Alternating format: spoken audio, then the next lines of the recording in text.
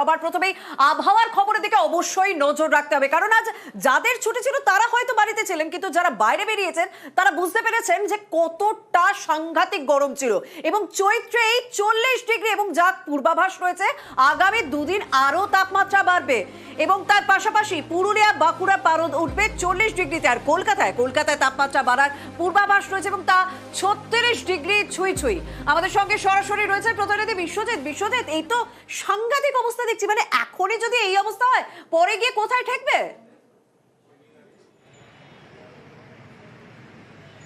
শর্মিষ্ঠা, এই মার্চ মাসে দাঁড়িয়ে যে কথা ভাবছো, এপ্রিল এবং মে মাস আরও কঠিন হবে, কারণ এর আগেই মৌসুম ভবন যে পূর্বাভাস দিয়েছিল একটা লং রেঞ্জ ফোরকাস্ট, তাতে বলা হয়েছিল মার্চ মাসে তবুও কিছুদিন এই বজ্রবিদ্যুৎ সহ বৃষ্টি হতে পারে, কালবৈশাখী হতে পারে, কিন্তু এপ্রিল ও মে মাস সেখানে গরম আরও বাড়বে, এল নিনো ইয়ার।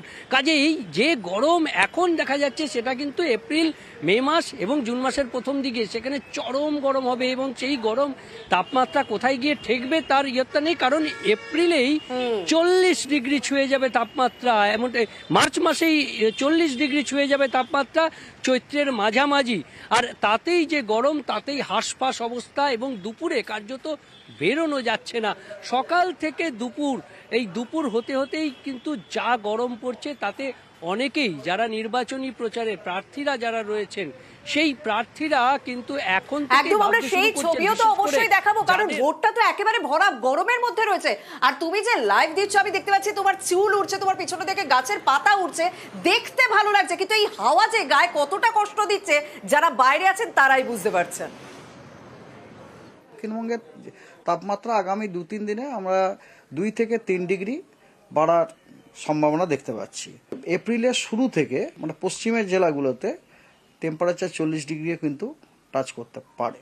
দক্ষিণবঙ্গতে আপনার বললাম 2-3 ডিগ্রি টেম্পারেচার বাড়ার সম্ভাবনা আছে। তার সাথে সাথে কন্ডিশনটা অনেক বেশি হিউমিড হয়ে যাচ্ছে, আমাদের ডিসকমফোর্টটা একটু বেড়ে যাবে আর কি।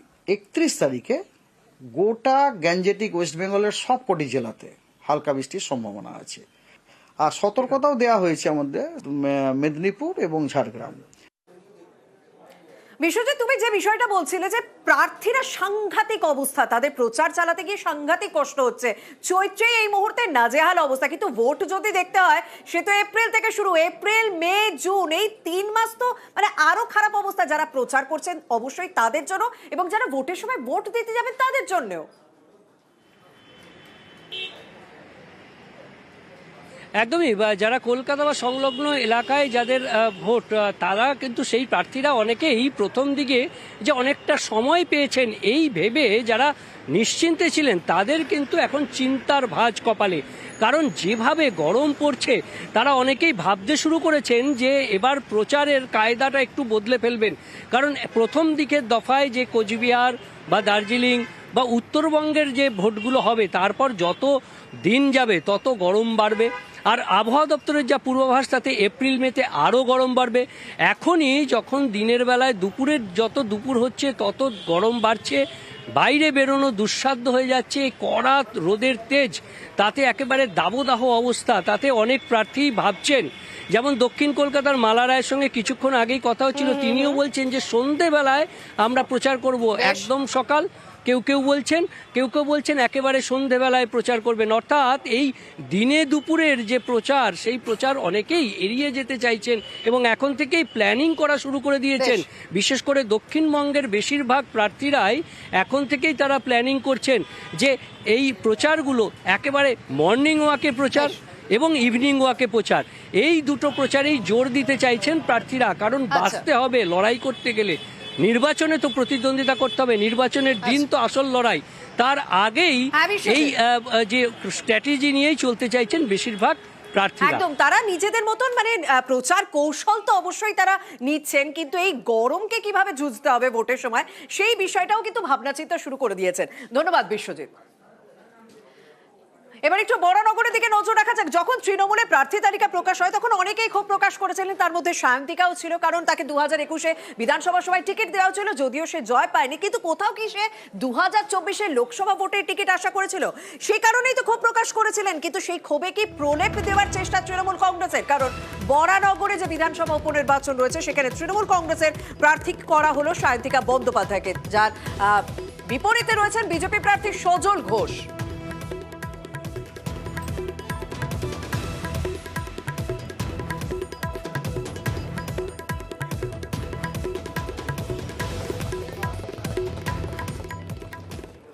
এদিকে বিধায়ক ইদ্রিস আলীর মৃত্যুতে ভগবান গোলা সেখানেও বিধানসভা উপনির্বাচন রয়েছে এবং 7 তারিখ সেখানে ভোট, এবং ইতিমধ্যে তৃণমূলের পক্ষ থেকে প্রার্থী ঘোষণা করে দেওয়া হয়েছে।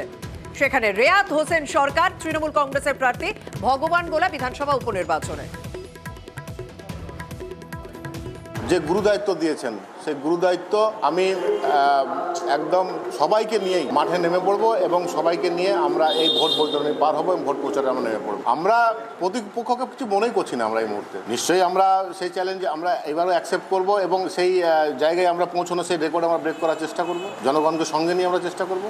জনগণ সঙ্গে আছে। একটা বেদনার দিনও বটে যে আমাদের মাঝে আজকে ইদ্রিস আলী সাহেব নেই। ওনার দোয়া আশীর্বাদ নিয়ে আমরা এবং আমাদের দলের সুপ্রিমো মমতা ব্যানার্জির দোয়া আশীর্বাদ নিয়ে এবং আমাদের সেনাপতি অভিষেক ব্যানার্জির দোয়া আশীর্বাদ নিয়ে এবং জনগণের দোয়া আশীর্বাদ নিয়ে আমরা ভোটের ময়দানে আমরা নামবো। লোকসভা ভোটে যখন প্রচার করছেন শুভেন্দু অধিকারী, তখন তার গলায় কোথাও অমিত শাহের সুর শোনা যাচ্ছে। কারণ তিনি বলছেন এ রাজ্যে বিজেপির আসন যদি 18 থেকে 36 হয়ে যায় তাহলে 24-এর আগেই তৃণমূল সরকারকে ফেলে দেওয়া হবে। তাহলে কি 24-এর আগেই কোথাও তৃণমূল সরকারকে ফেলে দেওয়ার একটা চেষ্টা চালাচ্ছে বিজেপি? সে নিয়ে কিন্তু ইতিমধ্যে প্রশ্ন উঠতে শুরু করে দিয়েছে নানা মহলে। এই রাজ্যে 18টাকে যদি ডবল করে দেন 6 মাসের মধ্যে এই সরকারটাকে বঙ্গোপসাগরে ফেলার কাজ আপনাদের বিরোধী দলনেতা করবে। ভোকাল টনিক দেওয়ার জন্য এই আসন বাড়বে, সরকার ফেলে দেব, এই ধরনের কথাবার্তা বলছে। লোকসভা ভোটের অনেক আগেই এই রাজ্যে এসে 35 আসনের টার্গেট বেঁধে দিয়েছেন অমিত শাহ। 24 में 35 सीट दीजिए, मैं बताता हूं 25 की जरूरत नहीं पड़ेगी। 25 के पहले ही ममता दीदी की सरकार कड़ड़भूस हो जाएगी। এই রাজ্যে 18টাকে যদি ডবল করে দেন 6 মাসের মধ্যে এই সরকারটাকে বঙ্গোপসাগরে ফেলার কাজ আপনাদের বিরোধী দলনেতা করবে। তৃণমূল শেষ, 26-এর আগে সরকারটা পড়ে যাবে, সবাই জেনে গেছে। 24 থেকে তার শুরু হয়ে গেছে, ভাঙন শুরু হয়ে গেছে। 26-এর আগে সরকার পড়ে যাবে। পশ্চিমবঙ্গে 42টি লোকসভা আসন। শুভেন্দু অধিকারী বলছেন 24-এর ভোটে 42-এর মধ্যে 36টি আসন বিজেপি পেলে তৃণমূল সরকার পড়ে যাবে। কিন্তু 24-এ তো লোকসভা ভোট, সেখানে বিজেপি এ রাজ্যে ভালো ফল করলেও তৃণমূল সরকারকে ফেলবে কিভাবে? পর্যবেক্ষকদের একাংশের মতে এর একাধিক পথ রয়েছে, যেমন পশ্চিমবঙ্গের রাষ্ট্রপতি শাসন জারি করা, তৃণমূলের বিধায়ক ভাঙিয়ে অনাস্থা ভোটে যাওয়া। এরকমই কোন পথে কি হাঁটতে চাইছে বিজেপি? তাই কি শুভেন্দুর গলায় এমন হুঙ্কার? বাংলার সরকার ফেলে দেবো মানে কি? এত বড় উদ্ধত্ত, তৃতীয়বারের মতো নির্বাচিত সরকার ফেলে দেবো? গতবার ছিল 18, এবার 1-8, 1 থেকে 8-এর মধ্যে থাকবে বিজেপি। নিউজ 18 বাংলা।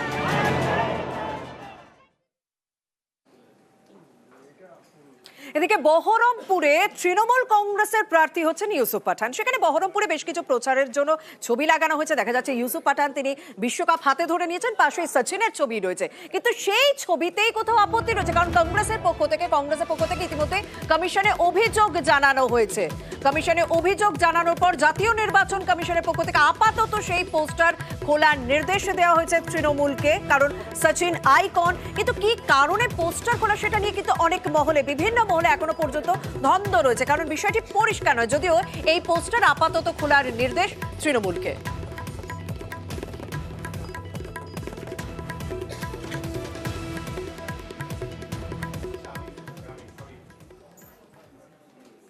মমতা বন্দ্যোপাধ্যায়কে উদ্দেশ্য করে মন্তব্য করেছিলেন দিলীপ ঘোষ, যে মন্তব্যের জন্য বিতর্ক তৈরি হয়েছিল। তৃণমূল কংগ্রেসের পক্ষ থেকে কমিশনে যাওয়া হয়েছিল, নালিশ করা হয়েছিল, তারপর শোকজ করা হয় দিলীপ ঘোষকে। দিলীপ ঘোষ সেই শোকজের জবাব দিয়েছেন এবং সেখানে তিনি স্পষ্ট উল্লেখ করেছেন ব্যক্তিগত হেনস্থার উদ্দেশ্যে তার এই বক্তব্য নয়, বক্তব্যের একটা অংশ তুলে কাঠগড়ায় দাঁড় করানো হচ্ছে। 26শে মার্চ ঠিক কি বলেছিলেন দিলীপ ঘোষ, শুনবো। दीदी की ये गोवाते বলেন আমি গোয়ার মেয়ে, ত্রিপুরায় আমি ত্রিপুরার মেয়ে, আমার বাপ তো ঠিক করুন, যাত্রার মেয়ে হওয়া ঠিক না। দিদি কি ये গোয়াতে বলেন আমি গোয়ার মেয়ে, ত্রিপুরায় আমি ত্রিপুরার মেয়ে, আমার বাপ তো ঠিক করুন, যাত্রার মেয়ে হওয়া ঠিক না। এগুলোকে বলে ফিয়াট অ্যাকমপ্লি। একবার বলে ফেলেছেন, তারপরে ইচ্ছার নানা রকমের ব্যাখ্যা দিলে সেই ইচ্ছা কিন্তু অন্যরকম হয়ে যায় না।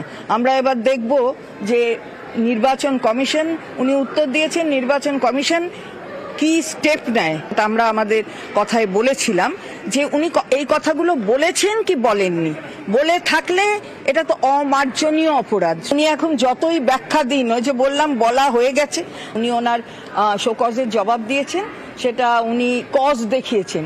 এই কজটা কতটা গ্রহণযোগ্য সেটা তো নির্বাচন কমিশন দেখবে, আমরাও দেখছি। আরো একজন বিজেপি প্রার্থী, ঘাটালে বিজেপি প্রার্থী হিরণ, তাকেও শোকজ করা হয়েছিল, কারণ সে বিডিও অফিসে বসে, ডেবরার বিডিও অফিসে বসে টাইট দেওয়ার হুমকি দিয়েছিলেন। নিউজ 18 বাংলায় সেই খবর দেখানোর পরই তাকে শোকজ করা হয়। সেই শোকজের জবাব ইতিমধ্যে মেল মারফত পাঠিয়েছেন কমিশনকে। ঠিক কি বলেছিলেন, কি হুঁশিয়ারি দিয়েছিলেন, শুনুন। 2 মাস জেতার পরে কিভাবে টাইট দিতে হয় আমি আপনাদেরকে কথা দিলাম। যেভাবে হোক গ্রামের মানুষকে দিয়ে লাঠি ঝাঁটা দিয়ে হলেও এইসব লোককে ঢুকতে দেবেন না, কোনো পুলিশকে ঢুকতে দেবেন না। তৃণমূলের দলদাস পুলিশ, তৃণমূলের দলদাস বিডিও এসডিও দেরকে ঢুকতে দেবেন না। আগামী 2 মাস গ্রামকে দিয়ে আটকে রাখুন এই অবৈধ বালি। 2 মাস জেতবার পরেতে আমরা সব বুঝে নেব, কিভাবে কি করতে হয় সেটা বুঝে নেব। সেতু চোর দীপক অধিকারী, তো সেই জন্য আপনাকে অনুরোধ, আপনি 2 মাস অ্যাটলিস্ট গ্রামের মানুষকে সাপোর্ট করুন। এই 2 মাস আপনাকে কালীঘাট ট্রান্সফার করতে পারবে না। তবে হিরণ আজ অবশ্য বলছেন যে নির্বাচন কমিশন তার বক্তব্য স্পষ্ট করে শোনেনি। তিনি সেদিনও যা বলেছিলেন তিনি আজও তাই বলছেন যে মানুষকে রুখে দাঁড়াতে হবে, মানুষকে রুখে দাঁড়াতে হবে, মানুষকে প্রতিরোধ গড়ে তুলতে হবে। এটাই আমি বলেছি। আপনি নির্বাচন কমিশন নিয়ে যেটা আমাকে প্রশ্ন করবেন, গতকাল একটা উত্তর পাঠিয়েছি। নির্বাচন কমিশন ভালো করে শোনেননি। আমি বলেছি, বারবার বলেছি, ভালো পুলিশ অফিসার আছে, তাদেরকে আমি সম্মান করি, তাদেরকে আমি শ্রদ্ধা করি। বারাসতে তৃণমূল কংগ্রেসের প্রার্থী আমরা জানি কাকলি ঘোষ দস্তিদার, তার বিপরীতে কে লড়ছেন বিজেপির স্বপন মজুমদার। এই স্বপন মজুমদারকে নিয়ে কিন্তু বিজেপির একাংশ রীতিমতো ক্ষোভ প্রকাশ করতে শুরু করে দিচ্ছেন। এমনকি কমিশনে বিজেপির 2 নেতা তারা অভিযোগও জানিয়েছেন স্বপন মজুমদারকে নিয়ে। তিনি যে তথ্য দিয়েছেন সেই তথ্যগুলো আরো একবার যাচাই করে দেখা প্রয়োজন। যদিও স্বপন মজুমদার তিনি কিন্তু সমস্ত অভিযোগ অস্বীকার করছেন। তিনি বলছেন এটা রাজ্যের শাসক দলের চক্রান্ত। তৃণমূল অভিযোগ অস্বীকার করেছে।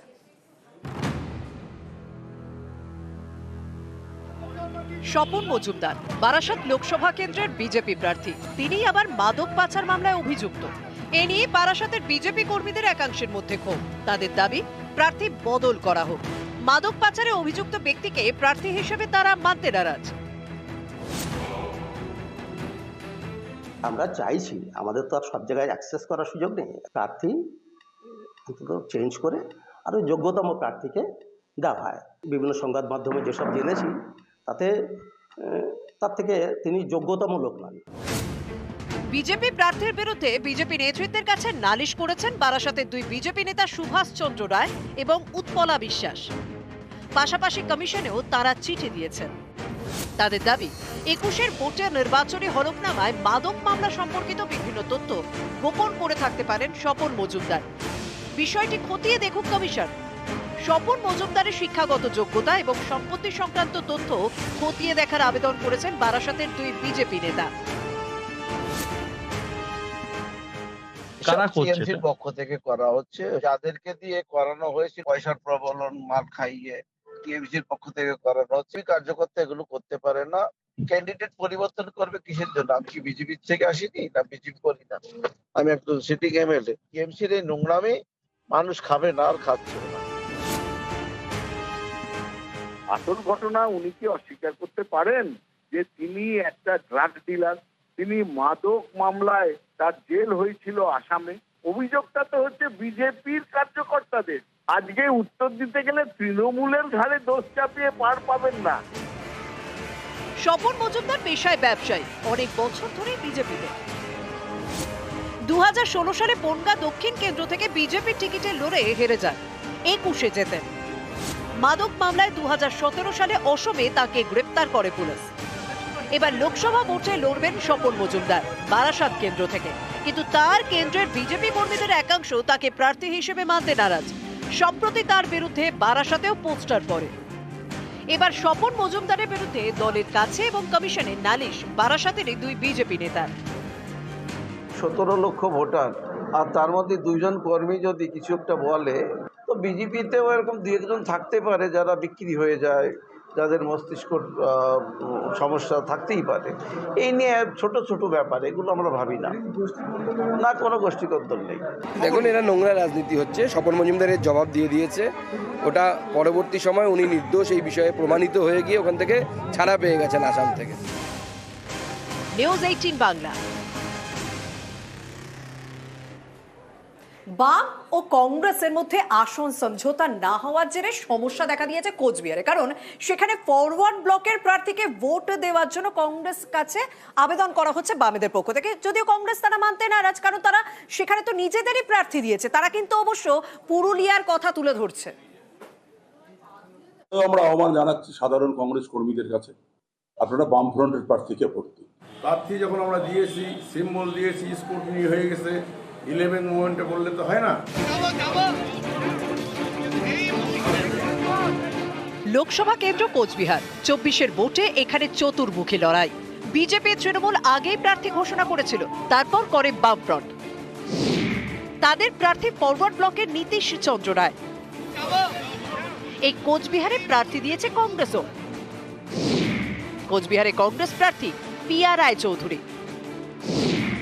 এতে সিঁদুরে মেঘ দেখছে সিপিআইএম, কারণ কংগ্রেস ও বামেরা আলাদা আলাদা প্রার্থী দেওয়ায় এই কেন্দ্রে তৃণমূল ও বিজেপি বিরোধী ভোট ভাগ হয়ে যাওয়ার সম্ভাবনা। তাই সিপিএম এর আর্জি কংগ্রেসের কর্মী সমর্থকরা যেন বামেদের ভোট দেন। কুচবিহারে আমাদের বামফ্রন্টের প্রার্থী আমাদের নীতিশ চন্দ্র রায়, তার প্রতীক চিহ্ন সিংহ, তাকে জেতানোর জন্যই আমরা ঐক্যবদ্ধভাবে লড়াই করব। তবে কংগ্রেস প্রার্থী না দিলেই ভালো করতো। তারপরেও আমরা আহ্বান জানাচ্ছি সাধারণ কংগ্রেস কর্মীদের কাছে, আপনারা বামফ্রন্টের প্রার্থীকে ভোট দিন। আমাদের সঙ্গে যেটা রাজ্য লেভেলে আসন সমঝোতা বলেন আর জোটি বলেন, সেটা প্রদেশ নেতৃত্ব করেছে। আমাদের কংগ্রেসকে পুরুলিয়া আসনটা ছাড়া হয়েছিল আমাদের নেপাল মাহাতোর জন্য। পরবর্তীকালে দেখা গেল ফরওয়ার্ড ব্লক ওই সিটে প্রার্থী দিয়েছে, এবং নরেন চট্টোপাধ্যায় তিনি বলছেন যে কংগ্রেসের সঙ্গে সিপিএম এর আসন সমঝোতা হয়েছে, ফরওয়ার্ড ব্লকের সঙ্গে কোনো কংগ্রেসের সমঝোতা হয়নি। পুরুলিয়া লোকসভা কেন্দ্রে কংগ্রেসের প্রার্থী নেপাল মাহাতো। বামফ্রন্ট এখনো পুরুলিয়ার প্রার্থীর নাম ঘোষণা করেনি, কিন্তু পুরুলিয়া জুড়ে শুরু হয়ে গিয়েছে দেওয়াল লিখন। বামফ্রন্ট প্রার্থী হিসেবে ফরওয়ার্ড ব্লকের ধীরেন্দ্রনাথ মাহাতোর নামে চলছে প্রচার। নিউজ 18 বাংলা। তৃণমূল কংগ্রেস প্রার্থী দমদমের সৌগত রায়, তিনি আজ প্রচারে বেরিয়ে পড়েছিলেন। প্রচারে বেরিয়ে তাকে আজ ফুটবল খেলতে দেখা গেল। আগে একদিন আমরা দেখেছিলাম ক্রিকেট খেলছিলেন সৌগত রায়, আজ ফুটবল খেলেন, তার পাশাপাশি পায়রাও ওড়াতে দেখা গেল।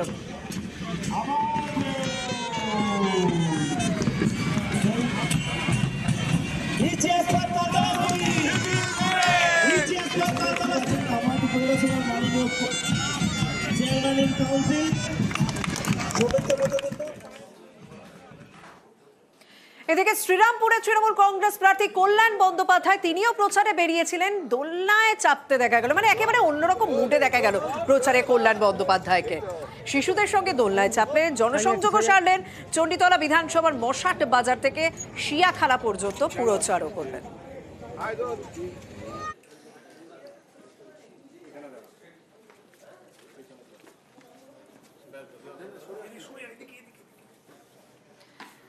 এদিকে শ্রীরামপুরের বাম প্রার্থী সিপিআইএম প্রার্থী দীপশিতা ধর আজ তিনি প্রচার তো করলেন, প্রচারের পর একটু অন্য মেজাজেও তাকে পাওয়া গেল।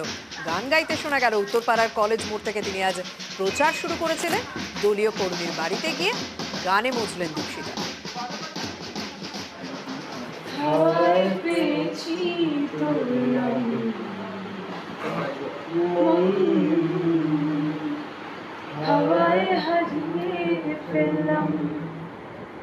হাওয়া দিল শিরশিরানিরা, হাওয়া দিল ডানা, হাওয়া দিল ভেজা স্যান্ডেল, উল্টি কানা মন রে, হলুদ আলমের মায়াবীর মাখলাম, হে হে হে হে হে হে হে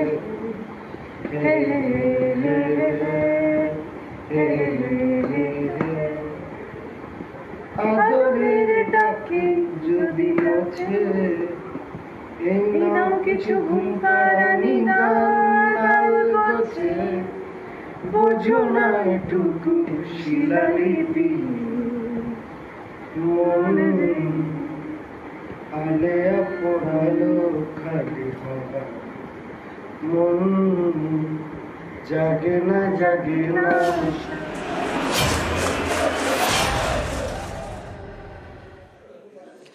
ভাঙড়ে একের পর এক বেআইনি কারখানা, সবই বাতিল প্লাস্টিকের। আর বলা হচ্ছে যে সরকারি কোনো রকম অনুমতি ছাড়াই এই কারখানাগুলো তৈরি হচ্ছে এবং প্লাস্টিক থেকে দূষণও ছড়াচ্ছে। যদিও পদক্ষেপের আশ্বাস দিচ্ছে দক্ষিণ 24 পরগনা জেলা পরিষদ।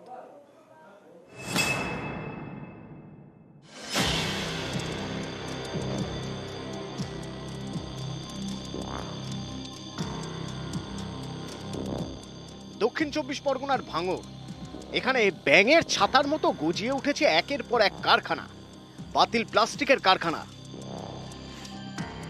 অভিযোগ সবই বেআইনি, সরকারি অনুমতি ছাড়াই চলছে। নেই দমকলের ছাড়পত্র, নিয়ম মানার কোনো বালাই নেই। কোথাও কারখানার মধ্যে ডাই করে রাখা প্লাস্টিক, কোথাও আবার রাস্তার পাশে প্লাস্টিকের পাহাড়। এমনই ছবি ভাঙড়ের বিবি রাইট, মরিচা, মালঞ্চ সহ বিভিন্ন এলাকায়। পরে মিক্স কিনে নিয়ে আসি 6 টাকা, 8 টাকা, 5 টাকা, সেটা 8 রকম 10 রকম ভাগে একরকম ভাগে ভাগে বিক্রি হয়ে যায়।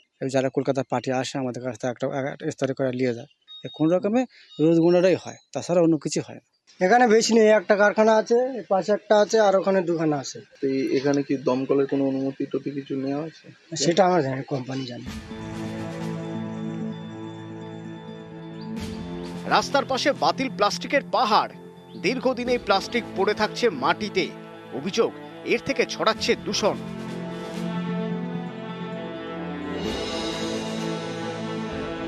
সম্প্রতি ভাঙড়ের বড়ালি গ্রামে এরকমই এক প্লাস্টিকের কারখানায় আগুনও লাগে।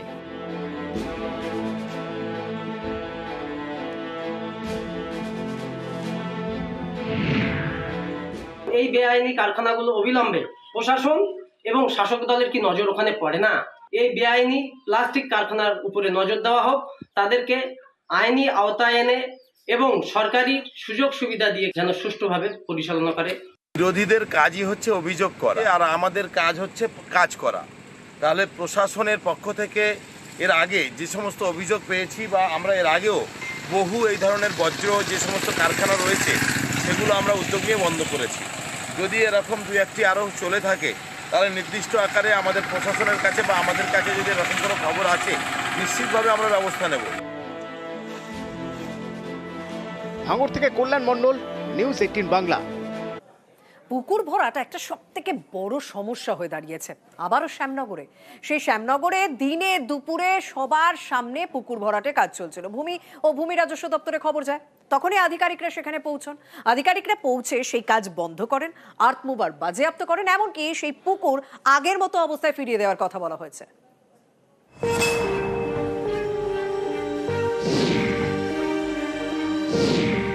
সরকারি খাতে পুকুর, সেটাই এখন মাটি ফেলে ভরাট। অভিযোগ পেয়ে ব্যবস্থা নিলেন বিএলআরও। এলাকায় গিয়ে বন্ধ করলেন কাজ।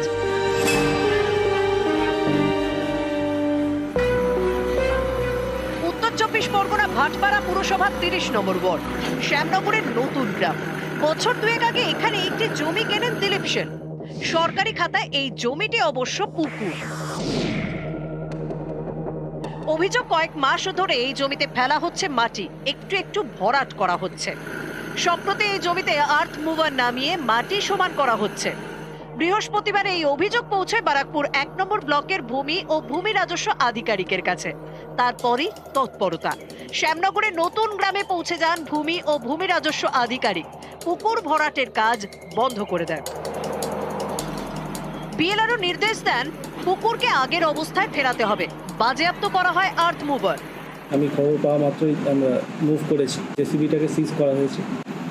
আইনত এখন আমি 4C5 সেকশন যা আছে আমাদের WBLR অ্যাক্টে, তাতে আমরা মালিককে নোটিশ করব পুকুরটাকে রেস্টোর করার জন্য। একটা আলটিমেটাম দেওয়ার পর যদি সেই দিনটা অতিক্রম করে, তারপর আমাদের যা আইন আছে 4D-তে আমরা FIR করি। কাজ তো হচ্ছিল, কাজ তো সামনে দেখা যাচ্ছে কাজ হচ্ছিল। পুকুর ছিল কি না ডাঙ্গা ছিল? পুকুর ছিল তো না, রেকর্ডে পুকুর আছে বলে রেকর্ডে না, পুকুর তো নেই। আমি ওকে বলেছে পুকুর নেই। সার্চিং তো করা হয়েছিল না, এটা তো আমি জানতাম না। কতটা জায়গা রয়েছে? হ্যাঁ, কতটা জায়গা রয়েছে? 7 কাঠা জায়গা। শ্যামনগর থেকে অরুণ ঘোষের রিপোর্ট, নিউজ 18 বাংলা। আবারও লোকালয়ে হাতির তাণ্ডবের ছবি ধরা পড়লো ঝাড়গ্রাম এবং পশ্চিম মেদিনীপুরের দলছুট হাতির তাণ্ডব। কারণ খাবারের খোঁজে তারা লোকালয়ে চলে আসে, যদিও বনকর্মীদের উদ্যোগে হাতিগুলিকে জঙ্গলে ফিরিয়ে নিয়ে যাওয়া হয়।